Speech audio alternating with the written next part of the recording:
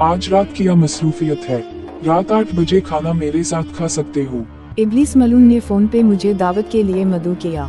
जी क्यों नहीं, जरूर, मैंने हामी भरते हुए कहा। दिए गए वक्त से 2 घंटे लेट में इब्लीस के दरवाजे पे था। मैंने डोर बेल बजाई। एक नौजवान शैतान ने दरवाजा खोला। मैं अव्वलीन इंसान आदम का बेटा, अर्ज़ ज़मीन पे खुदा का नाइब, अनबिया का वारिस, शर्फ इंसानियत से नवाजा गया और खुदाए लम अज़ल के हाथ से तराशा हुआ शाहकार हूँ। मुझे इंसानों साथ भलाई के हुक्म साथ अर्ज़ ज़मीन पे उतारा गया। मैंने दरवाजे पे खड़े अपना तारुफ करवाया। हम इस जमीन की रजील तरीन मखलूक, आसमानों के रब के दरबार से धत्कारे गए। दिलों में वसवसे और अलूहियत बाबत शुकूक बेदार करने का चैलेंज देकर भेजे गए। सामने खड़े इब्लीस के चेले ने जवाबा अपना तारुफ करवाया। मेरी बुजुर्ग इब्लीस साथ खाने पे मुलाकात तय है। मैंने अपना मुद्दा बयान किए। तशरीफ लाइए, वो बहुत देर से आपके मुंतज़िर हैं। इब्लीस के नुमाइंदे ने मुझे रास्ता देते हुए कहा और मैं अंदर डाइनिंग हॉल की तरफ चल दिया। ज़हे नसीब, इब्लीस ने उठ के बगलगीर होते हुए मेरा इस्तकबाल किया। कामिल 1 माह कैद में रहने बाद ताज़ा शेव और धारीदार शर्ट में इब्लीस बहुत वजीहा लग रहे थे। बैठी, तशरीफ रखी, खाना शुरू कीजिए। ये हलाल गोश्त से बनाया गया है। जानता हूँ आपकी कौम गोश्त के हलाल होने बारे बहुत हसास है। मैंने खाना शुरू किया। साथ गुफ्तगू चल पड़ी। बात इंसानी सफ़ाकियत से चली और इब्लीस ने कदीम आरियाना तहजीब में 9 उम्र लड़कियों को देवताओं के ऊंट चढ़ाने का जिक्र छेड़ा।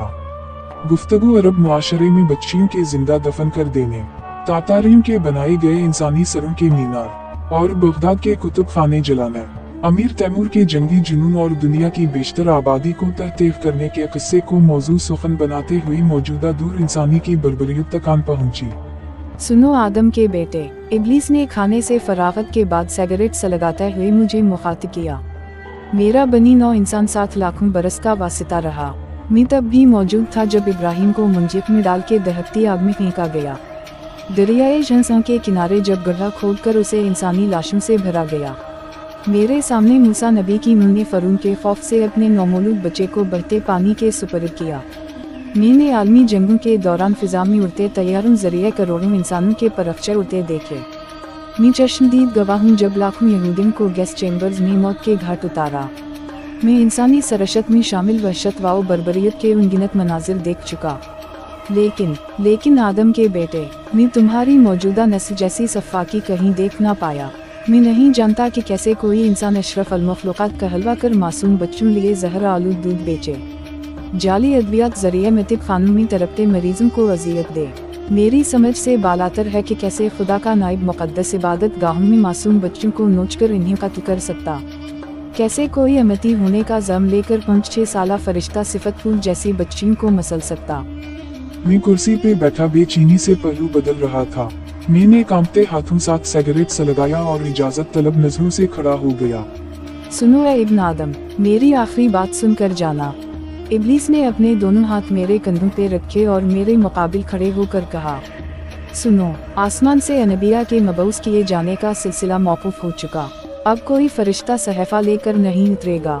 लेकिन अगर खुदाए फलक ये सिलसिला जारी रखते तो मुझे इस रब के जवाउ जलाल की कसम जिसने मुझे मर्दू करार देकर धत्कार दिया, वहशत व बर्बरियत के खमीर में गंदी इस नस्ल को ज़्यादा मुस्तकीम पे लाने वास्ते लाखों नबी मजीद उतारे जाते। मुतअद्दिद आसमानी सहाइफ उसे खबरदार करने लिए नाजल होते। तुम लाखों बरस पे मुहित इंसानी तारीफ की असफल तरीन नस्ल हो। अशरफ अल-मखलूक़ात का नुमाइंदा कायनात की रजील तरीन मखलूक सामने शर्मिंदा और साकत खड़ा था। तुमने हम इंसानों को बहकाया। ये धोखा दही, फिरका वारीत, अखलाकियात से आरी अक़दार, ये सब तुम्हारी अता करदा है। मैं हकलाते हुए बमुश्किल ये कह पाया और खारजी दरवाजे तरफ चल दिया। अहमक इंसान, मैं तो जंजीरों से जकड़ दिया गया था। मैं तो जिंदान में था। अपनी वहशत का इल्ज़ाम मेरे सर कैसे डाल सकते हो? बताओ कौन बड़ा मरदूद है, मैं या तुम? इब्लीस मलून फलक शिगफ कहकहूं के साथ मेरा मजाक उड़ा रहा था। मैं तेज कदम चलते हुए तेजी से दरवाजे से निकल गया, लेकिन इब्लीस मरदूद के बुलंद आहंग कहकहे मेरी समाअतों को अभी तक फाड़ा जा रहे थे। रमजान उल मुबारक के फौरन बाद लिखी गई तहरीर।